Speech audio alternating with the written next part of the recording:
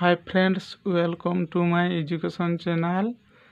चलो आज आम ओडिशा विषय रे केतोटी जीके प्रश्न आलोचना करिबा। तो ओडिशा ओडिशार अन्य नाम होची उत्कल।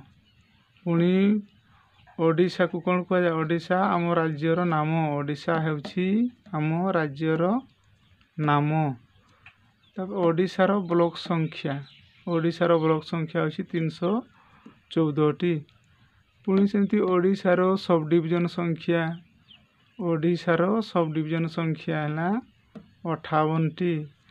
ओडिशा रे केतोटी स्मार्ट सिटी अछि? ओडिशा रे 2टी स्मार्ट सिटी अछि। एक रे होची भुवनेश्वर, 2 रे हला राउरकेला। पुणी ओडिशार राज्यसभा संख्या ओडिशार राज्यसभा आसन संख्या। ओडिशार राज्यसभा आसन संख्या होची 10टी।